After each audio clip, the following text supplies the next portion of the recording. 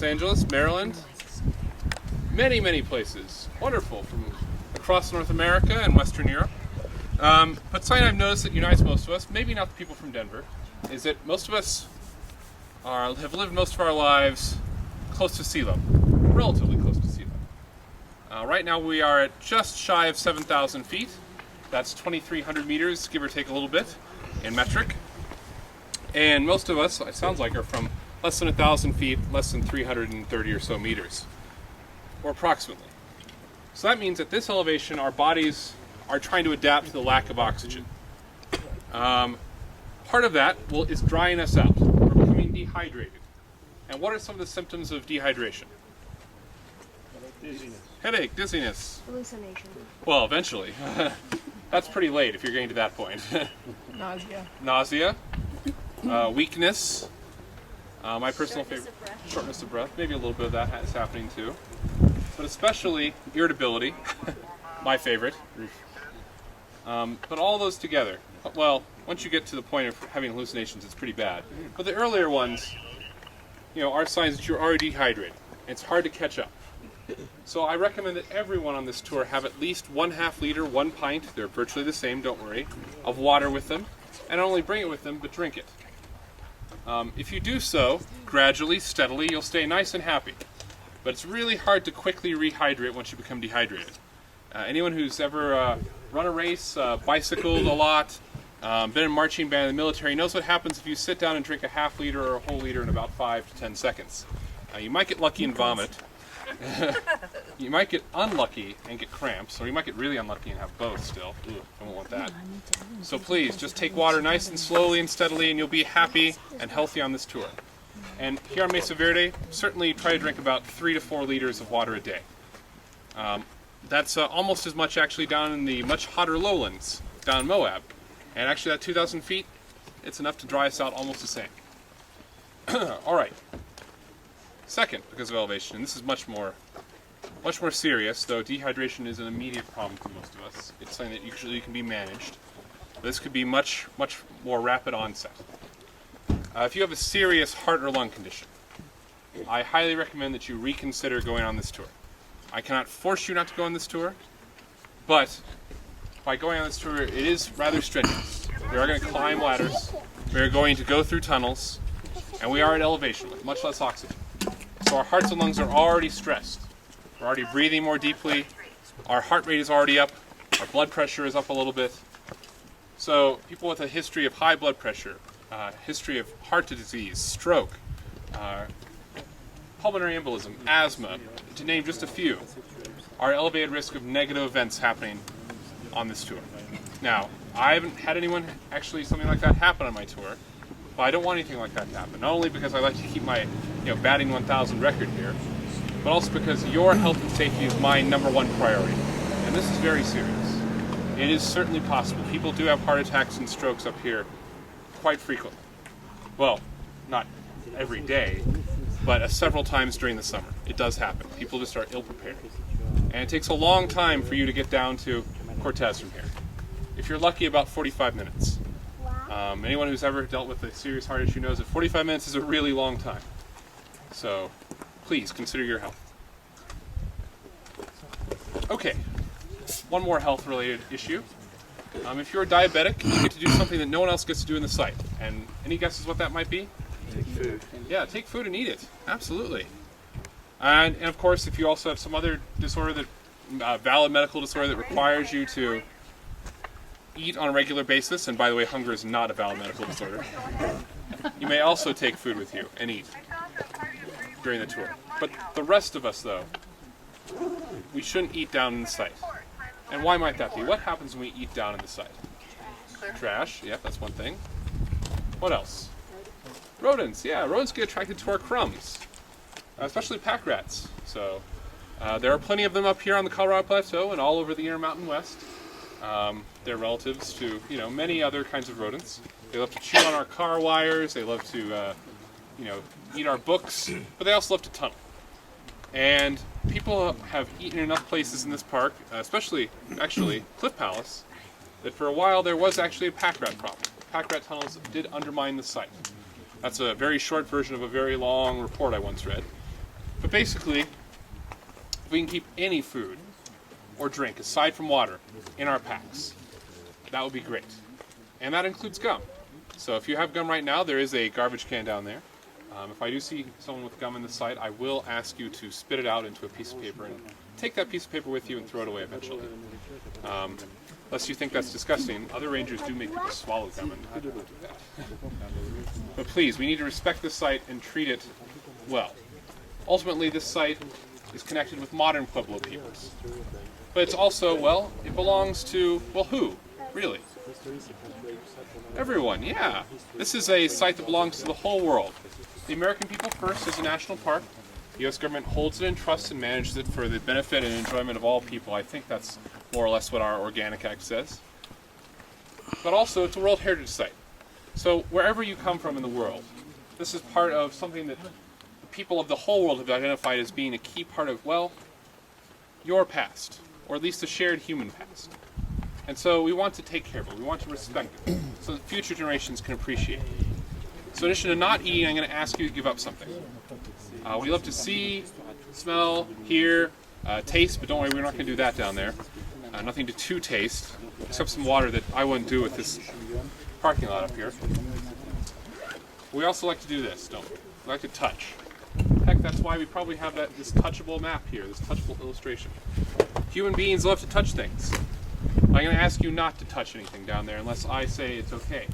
Or unless it's clearly modern or clearly natural. So, if you see asphalt, if you see concrete, if you see steel, if you see, actually our ladders, those are clearly modern. But if you see something that looks like a wall made out of sandstone, maybe historic or prehistoric, and what happens, what's on our skin? What happens when we touch the oil, yeah? And what happens when we get that oil on this light-colored sandstone? Yeah, it erodes it, it stains it, it shines it. Shine. It doesn't look very good. There are places like that you'll see all over the site right now. Oh, but we want to limit that as much as possible. Limit further damage. So that, you know, these kids' children's children can appreciate it just like we do. Alright. And also that does include sitting, standing, or leaning.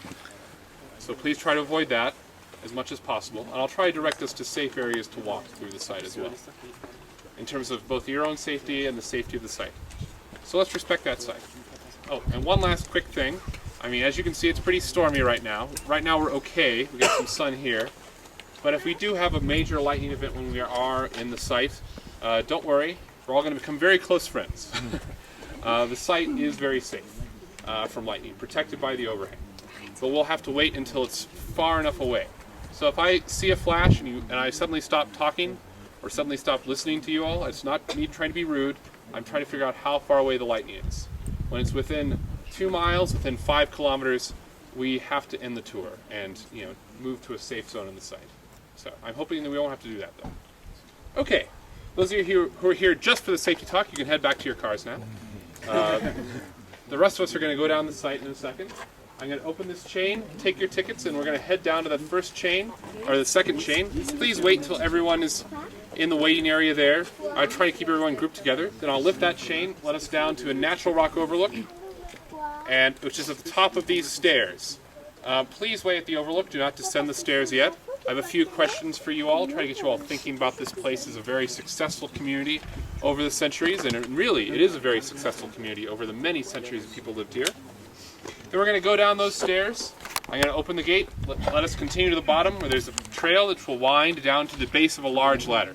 This is the big ladder, the one that probably everyone has heard about. It is 30 feet tall. Please do not climb it until I get down there. 30 feet or 10 meters. But once we're ready and start climbing, and you have started climbing, you've committed. So if you do feel a sense of vertigo, anxiety that's too severe to handle, I would say please reconsider climbing. You will have to go up. It is not safe to go down. In fact, that's why we've organized this site this way. We always climb. So we don't have to worry about any sort of danger from falling, or very little danger. We minimize it, mitigate it. We'll get to the top. There'll be a little landing area. Please go through the crack between the alcove wall and a building there into what we call the first courtyard. Please wait in that first courtyard for me. Then we'll continue around the back side between two kivas. Then, please do not go all the way around the back. There's some very loose rock and soil there, and areas that probably aren't safe for you all to be in, except in the event of a much more severe emergency than we'll have to hopefully deal with. We'll organize ourselves around one of the kivas. Don't worry if you don't know what a kiva is. Just know right now that it is an underground room, a pit structure that is open. And please make sure you're facing it. If you're like this, or like this, or, well, quite frankly, you know, if your back is to it, you might want to step back and make way for someone. And no one has ever fallen off the ladders. I've talked to people who've worked here for 15 years. They've never heard of anyone falling off the ladders. But several people do fall into the kivas every summer. It does happen. It's unlikely to, you know, seriously threaten your health, but I wouldn't enjoy falling the 8 to 10 feet, the 2.5 to 3 meters down onto bedrock. That would break your ankle, break your leg, break some ribs, and end your tour. And of course, so please be aware when you're around the kiva. And then after the kiva, we'll exit the site through the exit tunnel, which is actually their entrance and exit, the one the ancestral Babylons used. It is about as wide as my hat. Does anyone notice a problem? I have to kind of scrunch up and I can just get inside and go through. So if you're an adult male, and also most adult women as well, may have to make some adjustments to move through the tunnel. It's not too difficult. I mean, it is about that tall as well. So but you may be on your side for a little bit. You may also have to kind of, you know, go like this. You may have to adapt. So this 15-foot, 5-meter tunnel, which is really, you know, there's a 5-foot section and 2.5-meter bit where you can stand up in the middle. It's not too hard, but it is a little bit challenging. So be willing to adapt. Be willing to twist and shimmy and shake. Then we'll come to our exit ladders. There are 2 of them. One is 15 feet, about 5 meters. The other is about 10 feet, about 3 meters. Between them is a 25-foot stone staircase, 8-meter stone staircase. There are handholds on either side, chains. They'll keep you safe. But once you get to the top of the last ladder, which will be about 1 hour from now, you'll be done with the tour. And you guys will hopefully have had a great time. All right, any quick questions? All right, let's get those tickets out and let's head to the site. Actually, no, wait. They did more than survive. They truly thrived for a very long time. People were up here as farmers for about 750 to 800 years. And Balcony House itself was occupied in the form you will see for about 80 years. That seems short, by the way, but it was about 2 of their lifetimes, so 2 full human lifetimes. We put it in our perspective, that puts us back around, what, about 1860 or so, 1870? 150 years ago, maybe? So down there, we're going to see really a success story. But part of being a success story is, you know, finding the right ways to do things. Finding the right resources in the environment, the right institutions, the right, well, we'll get into it a little more in depth down below. But on the way down, I want us to think about this place, this dry forest. Often, of course, we do refer to this place as a desert. It's true, but it really isn't in some ways. We're at the edge of a desert. You know, the higher elevation forest, the big thick stuff is up there, but we're still in a forest here, a pinyon juniper scrub forest. And there are many, many resources here in this beautiful dry country on which you could draw if you were going to be a success. So as we descend, I want you to keep your eyes out.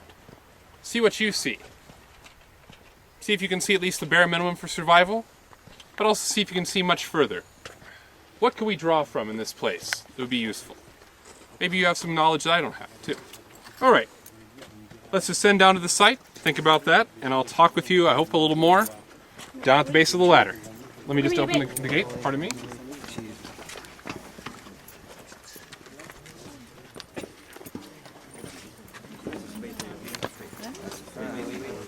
Don't get too close, okay?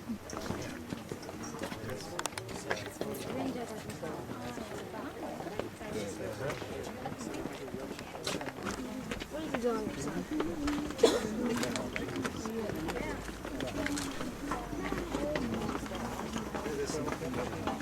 Confusion.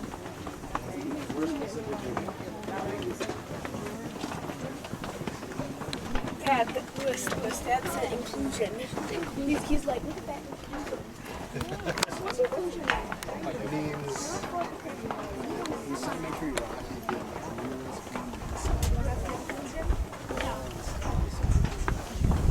Right? That kind of geo. You know what a geo is?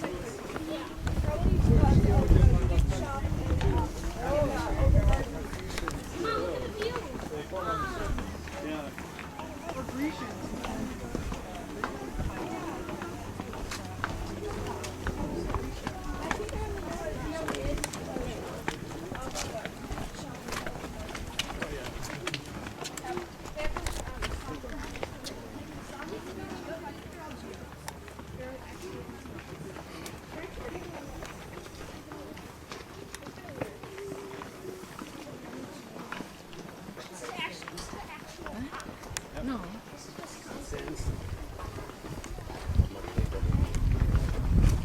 So what kind of rock is this? Igneous rock? Is it metamorphic rock? It's a sedimentary rock. What else is a sedimentary?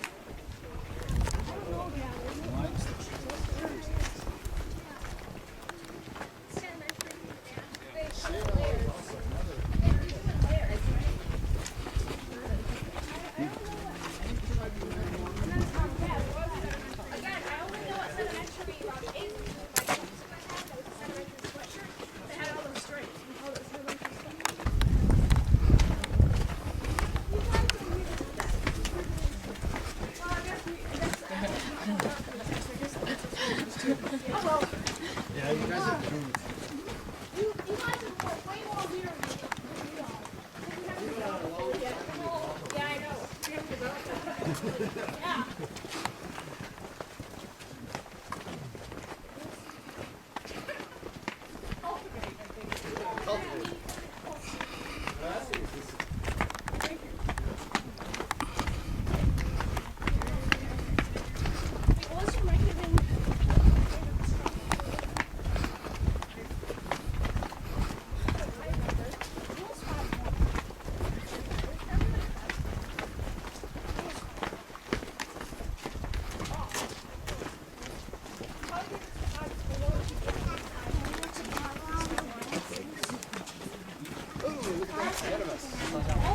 Oh my god. It's not gonna be good. It's the ladder. That makes me feel so secure, Dad. Yeah. You know, I can just stand there.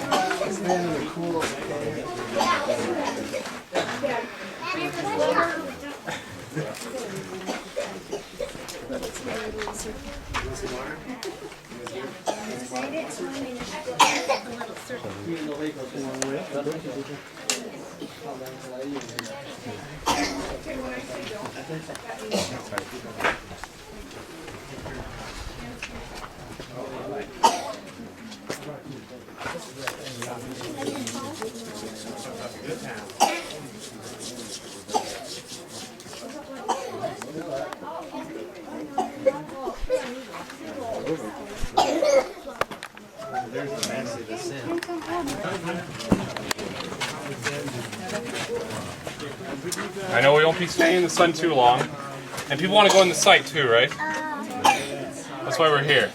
All right, but first things first. Before we go into the site, I do want to ask you, let's start with the basics. So what did you notice on the way down that you absolutely have to have for survival? Water? Yeah, where's the water? Trees, yeah. Shelter, maybe. And where's the water? Down there. Down there, maybe? Sometimes. Is there a spring? Does anyone see it? No. Ooh, oh. How about right there? We have a little tiny one. It's not a huge one.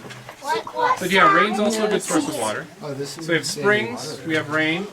Usually down the canyon, ladies and gentlemen. Usually. Usually in the canyon. You're not going to find a lot of water. You might find some wet soil, but really it only has water flowing through it during a flash flood or during a sudden melt-off of snowfall. But yeah, springs though and rainfall are going to be your two big sources of water around here. In fact, you probably on your way up didn't notice that there were really very few flowing water sources or standing water sources here in the park. If you were stopped at Farview, you might have seen Mummy Lake, so-called, which is actually an artificial reservoir. Though these days it's pretty silted up, so even on a wet day, it's basically a big puddle. But so the ancestral Papuans, to be real successes, they had to know that water was limited up here.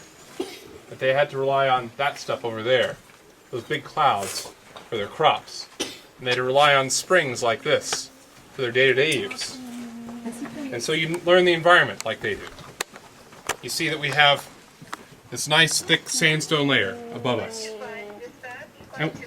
And what happens when you pour water on sandstone? It soaks in? Yeah, absolutely. It's porous. It has holes in it. And then it meets this darker layer of rock down below, just above where the spring is now, or rather that pool of the spring. One second, let me just make sure this is turned down a bit. You probably don't want to hear about all that. So, that darker rock. Manka shale is what we call it. But the ancestral Papuan would have recognized that it's not porous. There aren't holes in it. The water would not flow through it. So they look for points, like this here, where they met to find springs. But that's not very much water. 30-odd people lived in balcony house. That's probably enough water for 1 or 2 people right now. So we're going to have to find another source of water. This might be useful to those people every once in a while, but it couldn't be their main source of water. Alright, and people also mentioned wood, mentioned shelter. We do have a little overhang here. We'll talk more about that up top. Wood's pretty useful for a lot of things. So what do you think wood's useful for? Fire, heat. What else can you do with wood? Construction. Anything else? What about tools? Yeah. All right, well, we'll think about all that as we go up the ladder. I'm going to have a few more questions for you up top, but I want to keep us down here. So, I'm going to need a caboose to close the gate behind us. Here, this gate. Any volunteers? Do I see anybody? Oh, gentleman in the orange there. Awesome. Good job. All right, so the rest of us, let's go up 2 by 2. Once I get it just part way up, so it's safe, please follow me, and then we'll get inside.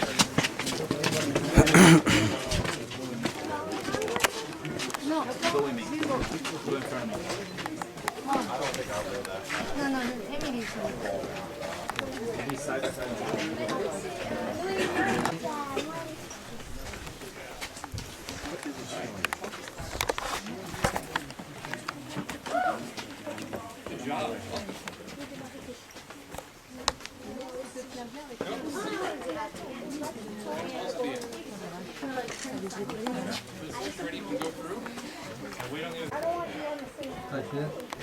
We need to start heading in and jamming this place up, man.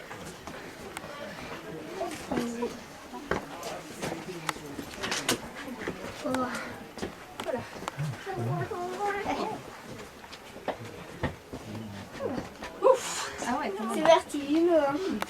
Good job. Well done, everyone. Welcome to the middle. So, as soon as you're ready, we can continue through there. Ooh, that's it. Wow, going to that. Tu vas en premier, Nelly? Attends-nous, je sais pas. Ouais. T'as ton papa, il est là? C'est bien. T'as vu, je me suis pas arrêtée, j'ai rien dit.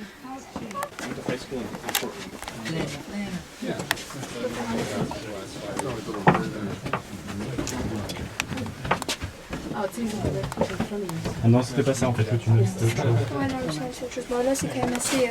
Enfin, faut pas être trop grand, quoi.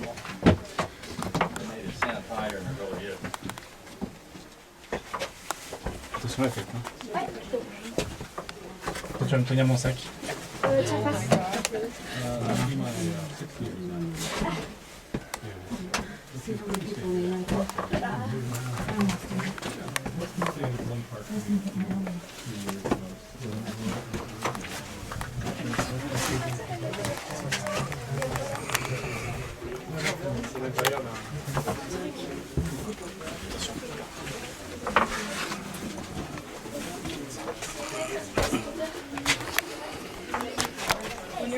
Buongiorno. Dai, accelera.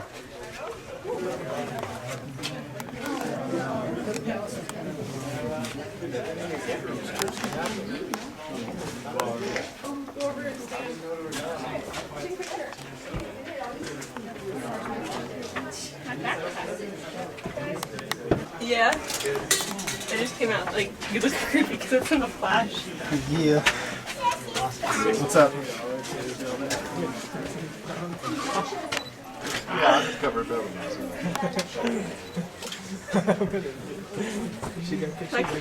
Got nice skin tones. Bump my head. It's pretty amazing. Oh, that's a good idea. Because of lighting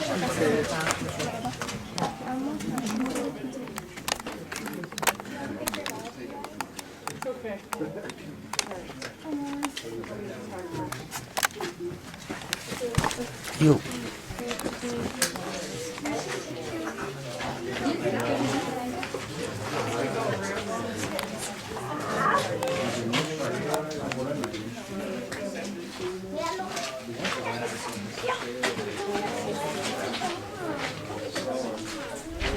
Where are we going?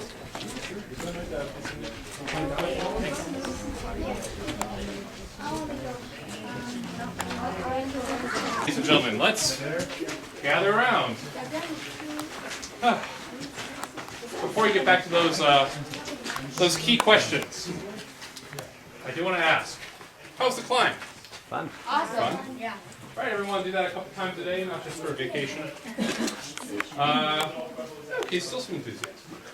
How about carrying 50 pounds or more on your back? How about, well, without the ladder most of the time.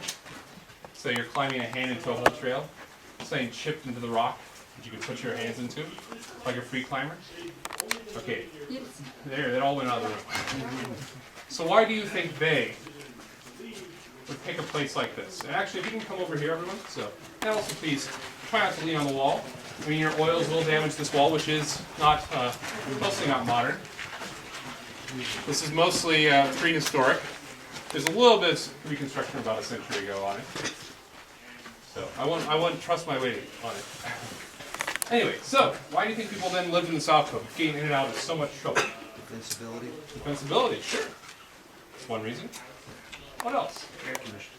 Air conditioning, yeah, it is a little bit windier up here than some other places, and shady. Anything else? The view, yeah.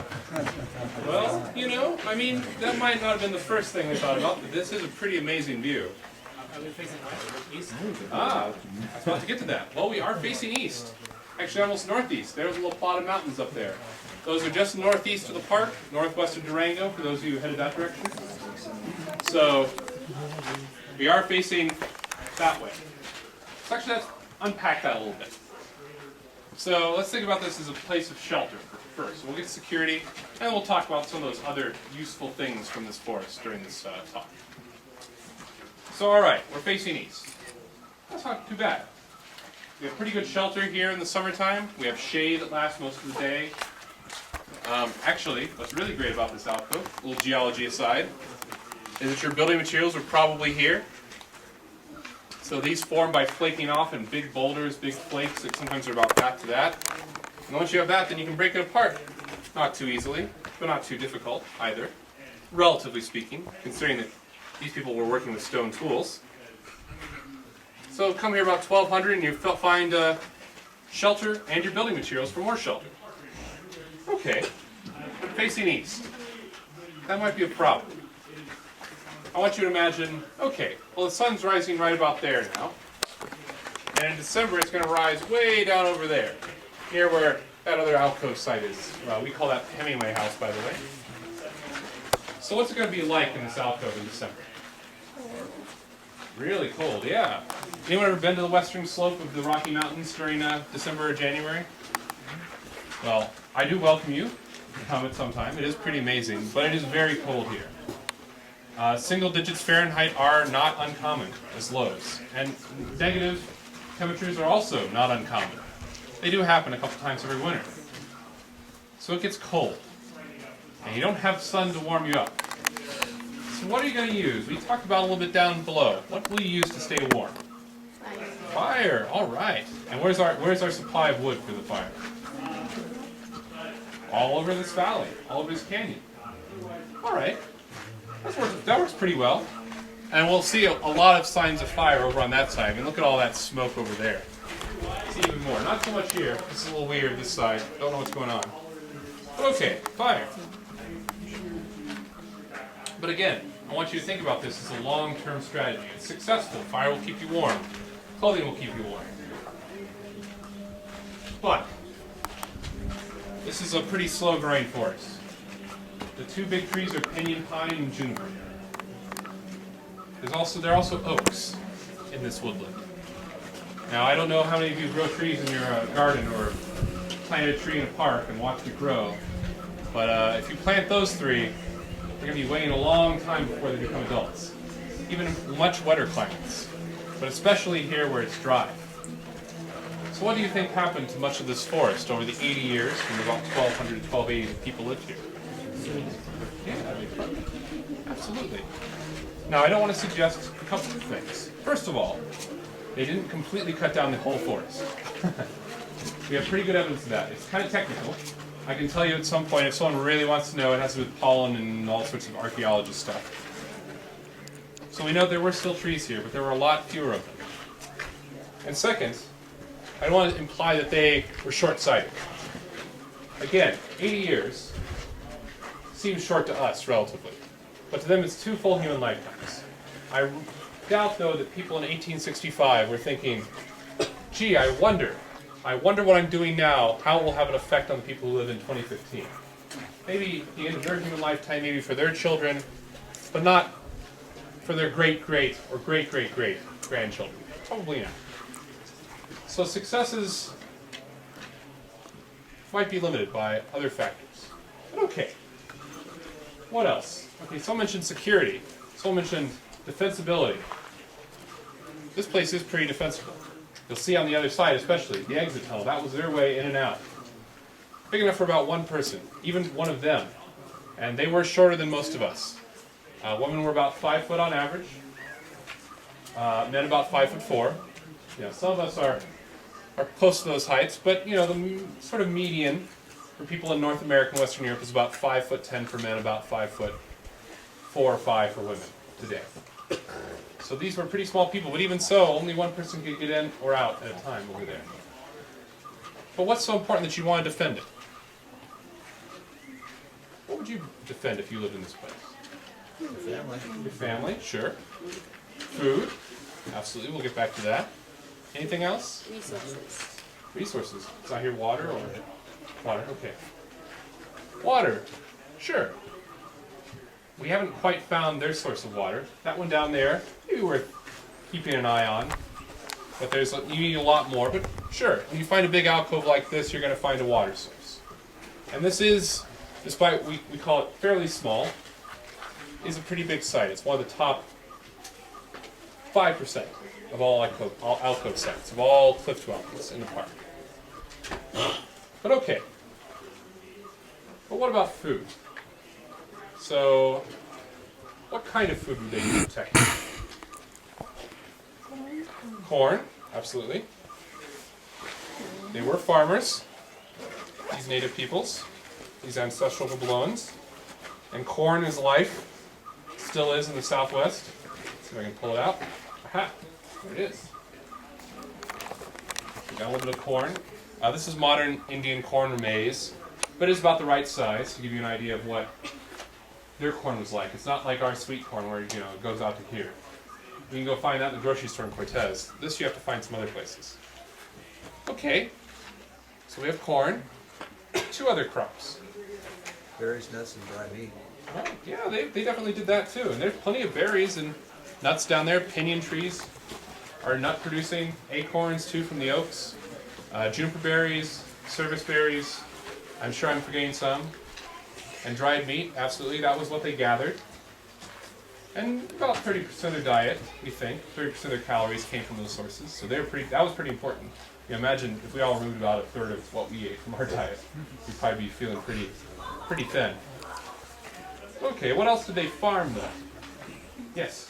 Squash and beans. Squash and beans, all right. Absolutely. I don't have squash in here, don't worry. It's a little big, but I do have beans. Give you an idea. About the size of them. This is a modern variety of bean. Grown in the region. But it is about the right size. Smaller than pinto beans. So it uses less water, by the way. But okay, all those things we've actually been talking about. Except for squash. You gotta do stuff with squash pretty quick. You can store beans dry for a long time. You can store dried, meats, dried nuts, dried berries a long time. You can store dried corn an awful long time. So sure, we can store it down here and keep it safe. But what about the crops up top? Are they safe when we are down here with our ancestral bull and friends? Yeah. So there maybe is a little trade-off. You can keep certain things safe, but not everything. And certainly they were concerned about their security and safety. No doubt. We'll talk more about that. Have you found any of the farm fields where they used to? Absolutely. It's kind of hard to see it now, but essentially, Gesundheit again. All these Mesa tops were farming fields. Like they probably did not have a forest on them when the ancestral Babylonians lived here. It was corn, beans, and squash. You can find alterations to the environment. Something more subtle. I just don't usually talk about it on this tour, but you guys get a little special bit. Farming terraces. If you go near, let's see, what's it called? Give me a minute. Oh gosh, I can't think of the name of it now. There's a tower just north of this area. There's farming terraces you can see. So they were trying to catch the water that way in the runoff. They built check dams across gullies and washes to catch wet soil and water. So they altered this environment to make it a lot more productive for farming. So absolutely. But it's much more subtle. It doesn't look like these places. This stands out pretty well. Okay. All right. That's some good questions, some good thoughts. There's a lot you can draw on from down there. But they had to make compromises to be a success too. And unless we think that's weird, it happens to us too. We can think about that as we go around. But first, before we go around, two little questions. Why do you think this is called balcony house? The balcony here, or those balconies? Both? Both? Well, both always seems to be a good answer. But actually it's this one. So this here is a retaining wall behind us. It's pretty nice. The ancestral Babylonians built it to close off this area. So I do wonder what was going on here. Maybe they were dancing here, maybe they were trading here, maybe they were feasting here with already cooked food. But the actual balcony is up here. And this was actually very well preserved. When the first white anthropologists showed up in this area around 1890, came to this place, this is more or less as it was then. There's only been a little bit of patching as Park Service has done. So if you see that kind of brighter red area, that's more recent. And even that's about 50 or 60 years old. So also to be a success is knowing how to use the right materials. And it's not just the stone being available here, but knowing the juniper will last. The hakal, this mud brick, if you keep it up here and it's dry, will last. And even the juniper bark in between the hakal there will last. All right, second question, and we'll get the answer on the other side. Where do you think the water is? I want you to keep your eyes and your nose open as we go around the keys. So please, follow me.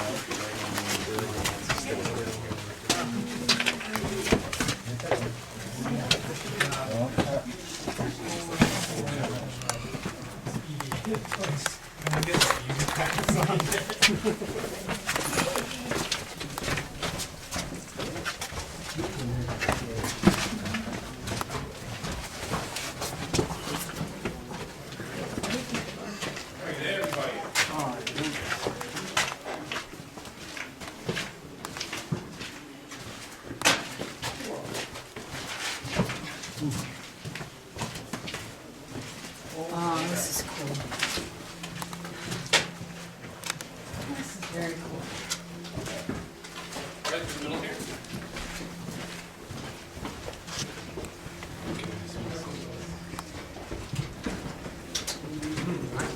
Smell moisture.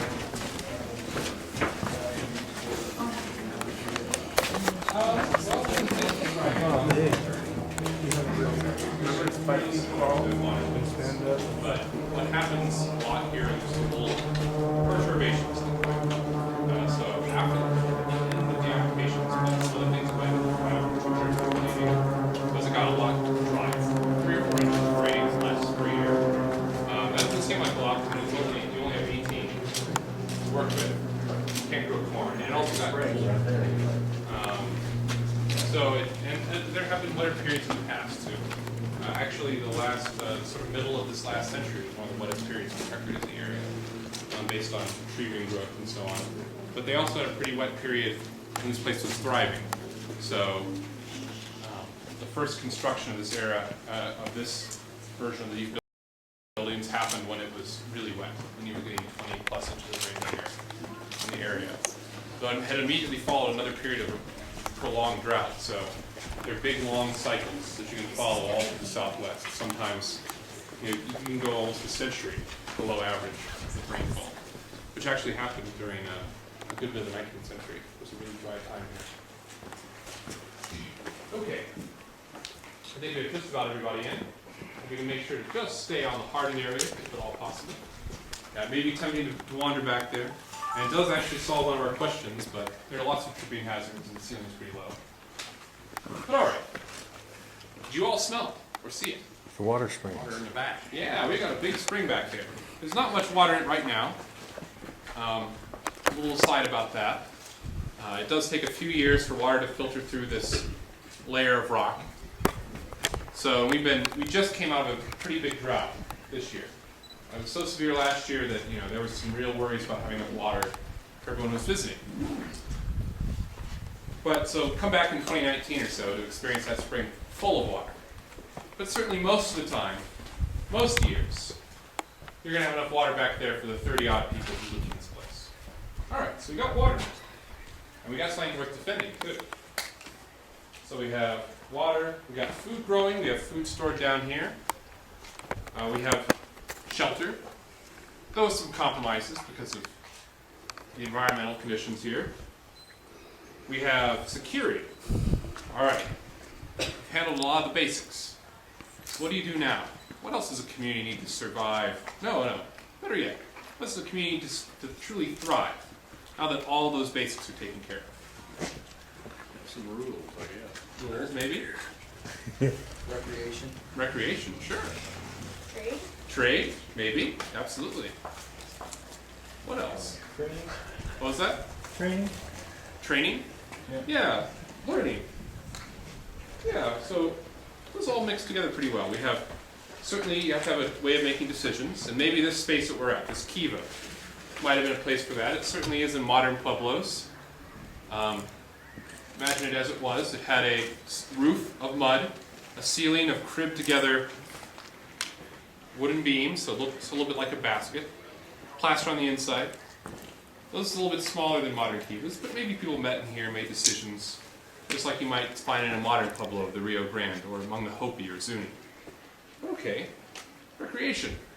Ooh, that's a good one. People don't always say that one, so thank you, sir. Storytelling, maybe? Music. Do you imagine there's music in this place? Yeah, look at the echoes. It's really loud. And we know, at least from some of the we found, petroglyphs and pictographs, paintings and chipped into the rock. People had flutes, people had drums, people had rattles, even this time. So imagine that. And of course singing too. But also games. There's even a gambling game. I can't describe it very well, which is still played among the modern pueblos. And there's something that's a little bit like bowling, played with corn cobs and clay discs.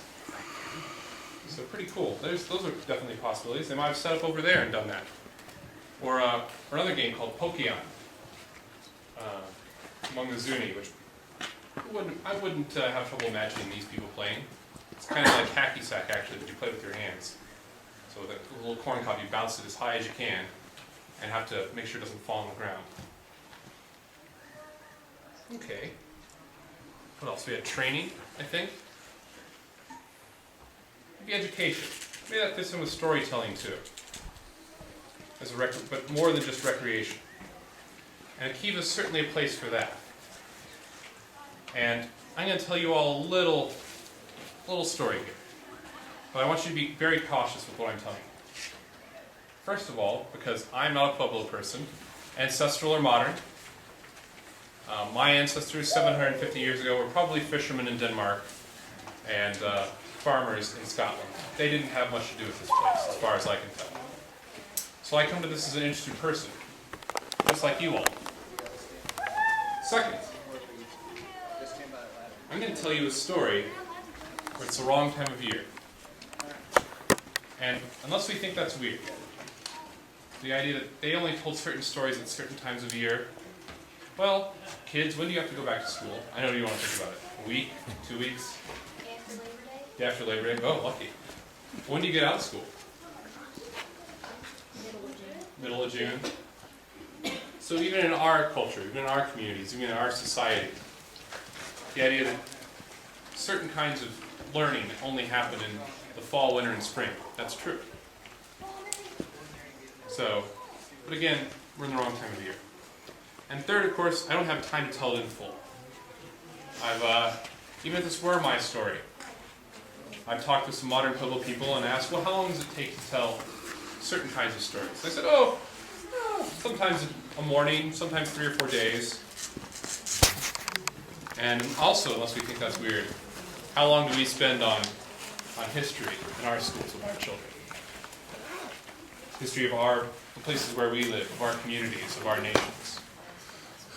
But okay, training. People have to understand their place in the universe, I think. That's pretty darn important. Pretty darn important part of education. And this kiva also contains that. Right down there, that little hole. You can just see it. So there's the fire pit there, deflector, the air to go in, but there's a little hole just to the north. And that little hole is often called sipap, much like kiva, a Hopi word, plotted by modern archaeologists.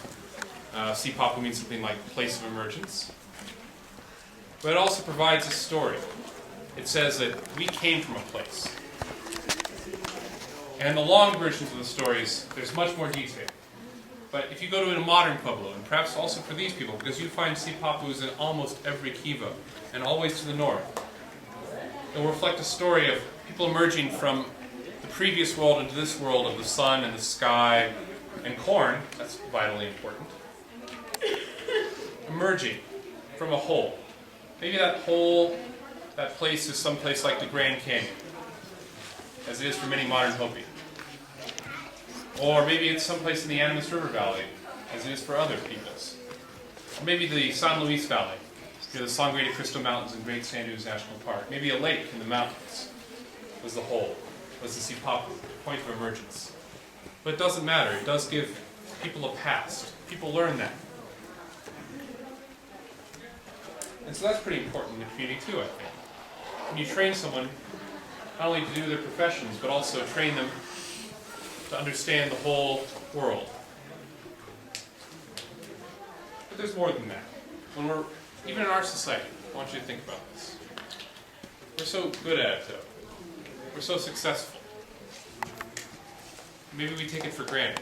It's something we produce all the time. This community also certainly produces beautiful things.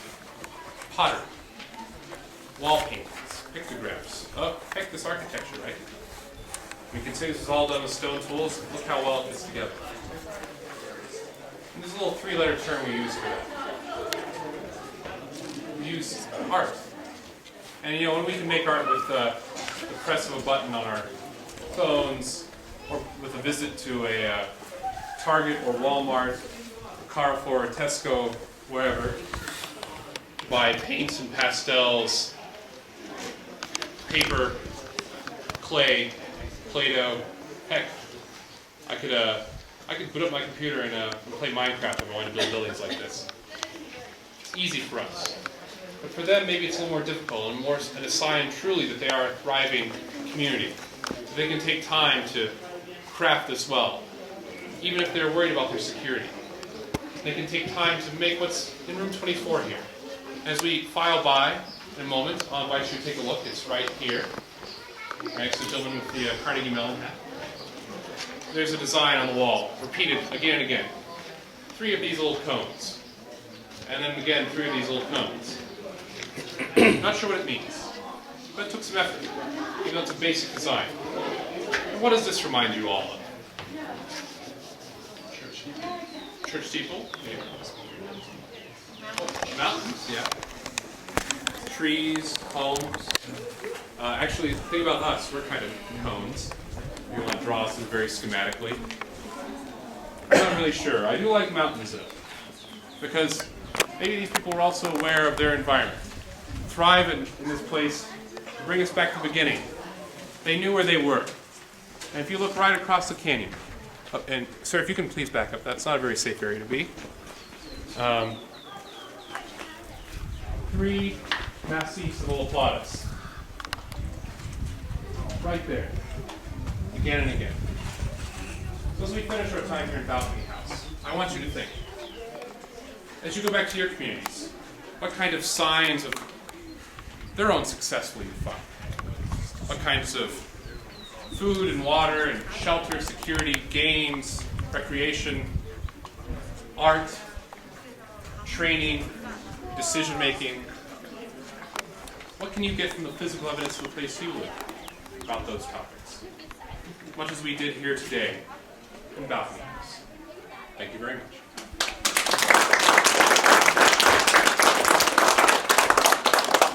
All right. Let's see how we're doing on time. We're a few minutes over, but I can probably take 1 or 2. What?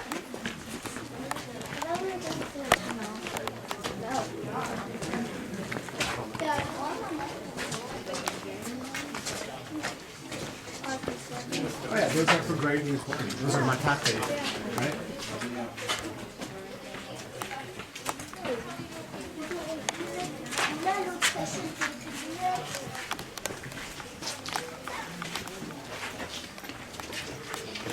Your mom's taking pictures of stuff. Yeah, there she is. Is this the game? Is this some kind of game? Yeah. What do you think it is?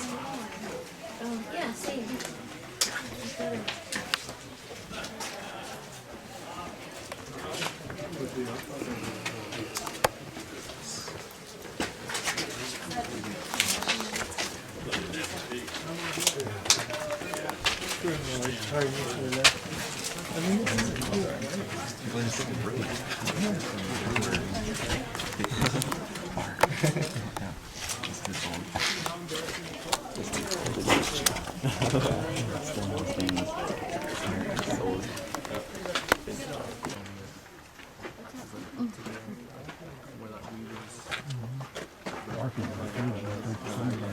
I did every time.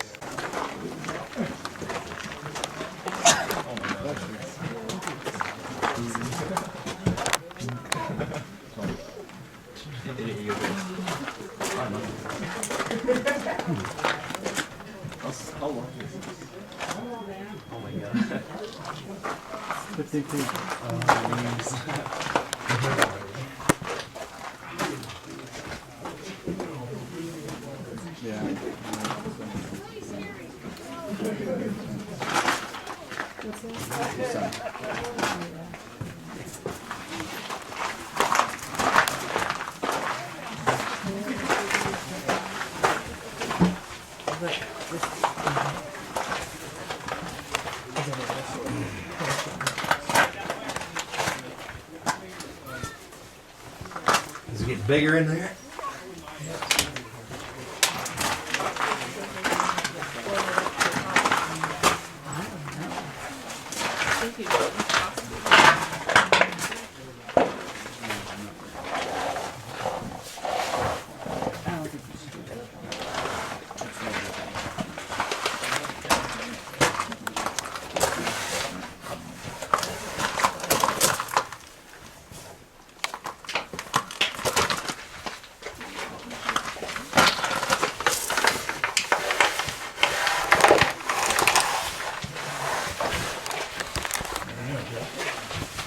Everybody behind you gets to see you.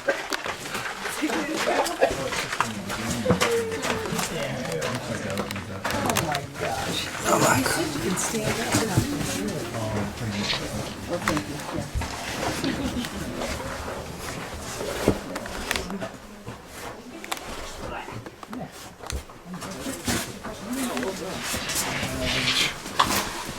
I bring slides. It's not very far. Okay, it's just a little entrance. I would have climbed up this way. I think I will pass. Probably following this track. See how easy that was? Ha. Stand up. Pulling your legs out. That's the hard part. I need to go in. You guys need to- Yeah, no, it's. I should have said some people do that. You know, Feet first. and drag themselves on their bottoms. So, but yeah, no. This was. You can even still see the finger grooves in here, finger and toe. Pretty amazing. I'm not doing that. No, this is probably worn down a little bit over the century. But Yeah, yeah, they're smaller than smaller than us, and you know, if you've ever met a rock climber who's really good, they have yeah. the powder, and they also have the flat fingers and toes. So this wouldn't have been. This would have been a challenge, but not impossible. Fammela quando sono sulla scala.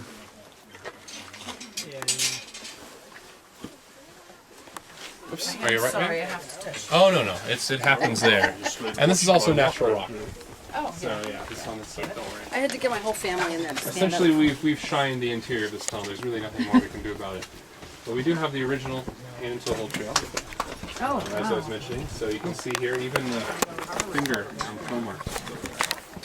Oh my god. And so how did they, you mean they use this to go that way or to go this way? To go this way, and then Oh up my to where our Lord. stairs are. So this was probably their exit. They would have used ladders sometimes, but usually we find these starting 6 or 7 feet off the ground. Oh, they'd be like, oh yeah. Oh yeah, this is yeah. So these would no. Oh yeah. Hanging out on a tree. Oh gosh, this is a pretty small one. Yeah. Oh yeah, this Yeah. is juvenile. I know. Before the branch. Yeah. Oh the no, branch we were way climbing before. still, and there's a big turnout. Okay. Yeah, it's right there. Okay. Yeah, we have also we have a cinnamon colored black bear sow that covers the whole. Oh yeah. So it's really lucky. I saw maybe even the same bear over on Weatherall, younger juvenile. Yeah. Trying to get comfortable. I got two prices here. Yeah, we do have the original as well.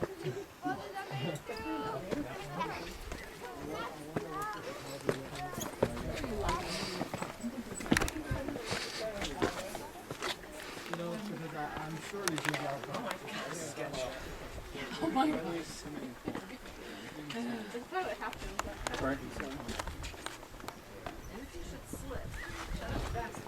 Oh my God.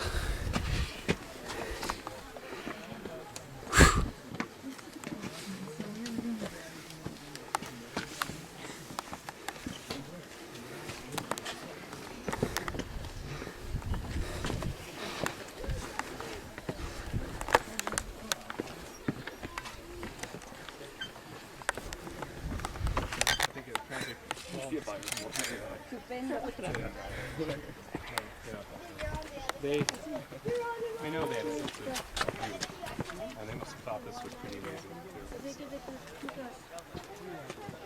See all the way to the little box.